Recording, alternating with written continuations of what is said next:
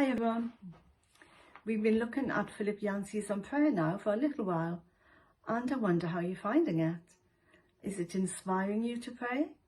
Or have you been spending longer in prayer? Or maybe even finding a routine in your prayer life? You probably heard of Henri Nouwen. Well, during a hectic, confusing time of his life, he decided to take a sabbatical from his work at Yale University, and he spent 7 months at a Trappist monastery. And he asked a mentor for advice on how to get a much deeper prayer life.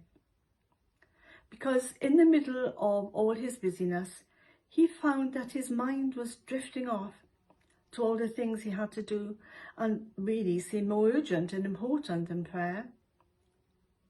So the mentor suggested that he set a special time, a set time each day, a set time in the morning before work and a set time in the evening or the night time before he went to bed. And to begin with, his thoughts ran wild, but he kept at this regular pattern of prayer, and he found that he was settling down to pray, and it became a calming rhythm. It may seem that nothing happens when you pray, he observed, but when you stay with a routine, you realise that something is actually happening. Don't we find ourselves quite happy to discipline ourselves in certain areas of our lives? You know, if we go to work, we have to get up at a certain time and get ready and leave for work, or maybe even just settle down at home to do work. We often find that we can discipline ourselves when it comes to exercise or music or sport, because we know that at the end of it, there'll be something positive. So how do we feel about making prayer a discipline? Does it matter enough to us to make it a discipline? And do we find a reluctance to pray when we make it a discipline? Or do we instead enjoy the time that we set aside to spend time with God? Often, true prayer comes from within, from the longing of the heart.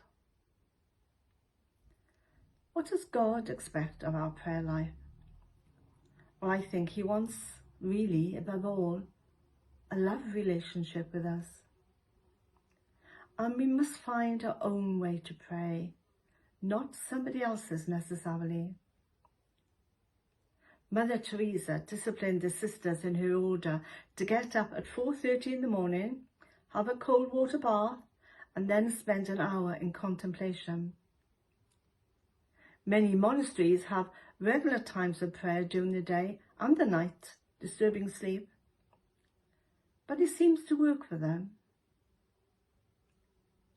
Actually, I don't think a bit of discipline does anybody harm. Discipline in our prayer life can encourage us to stop and spend that time with God on a regular basis. And we can still pray during the day when we feel drawn to it, or when we hear somebody is in trouble, or when we just stop and wonder and praise. But life and changes in life, ups and downs, which there will be, will have an effect on our prayers, both in practice and in content. Really, the only mistake is to stop praying and never start again. But love will always find a way. It might not always be the same way, but it will be a way that reflects love. And that's what God wants from us, I think.